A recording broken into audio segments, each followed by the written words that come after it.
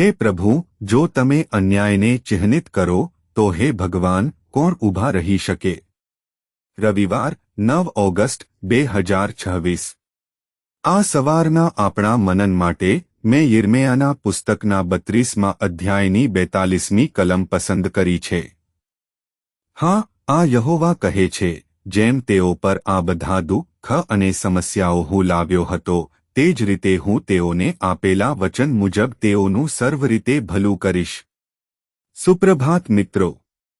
જે પ્રભુ આપણને સૌથી ખરાબ સમયમાંથી પસાર કરશે તે આપણને સારા સમય તરફ દોરી જશે. ચાલો આ શ્લોક પર ધ્યાન આપીએ. આ સવારના ધ્યાનની થીમ છે, વચન આપેલ સારો સમય. ઈશ્વરે યર્મિયા સાથે વાત કરી અને ઇસ્રાયેલના લોકો પર આવતી આફતો વિશે જણાવ્યું. ઇઝરાયેલના લોકો આજ્ઞાભંગ હતા. ઇસ્રાયેલના લોકો પ્રભુથી દૂર ગયા હતા. પ્રભુ જે રીતે ઈચ્છે છે તે રીતે તેઓએ ક્યારે ભગવાનનું સન્માન કે પૂજા કરી નથી. અને તેથી તેઓએ આ પ્રકારની વિનાશક પરિસ્થિતિમાંથી પસાર થવું પડ્યું. તેઓ પીડા, અશાંતિ, આંસુ અને તેમના જીવનમાં સૌથી ખરાબમાંથી પસાર થયા.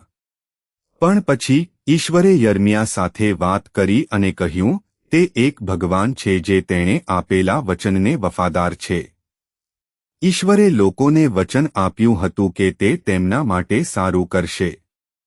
તે પોતાના જીવનમાં કલ્યાણ લાવશે.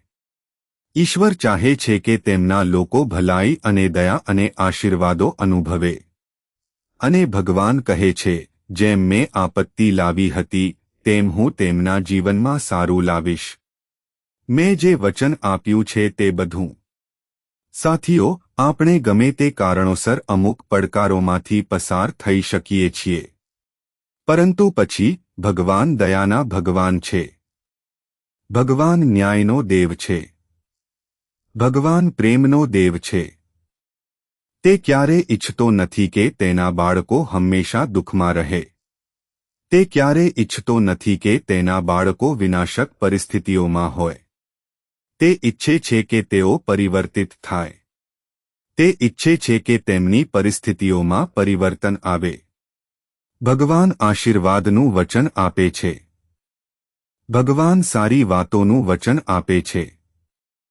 હા, આપણે કસોટીઓમાંથી પસાર થવું પડે, લાલચ, નુકસાન અને આફતોમાંથી પસાર થવું પડે.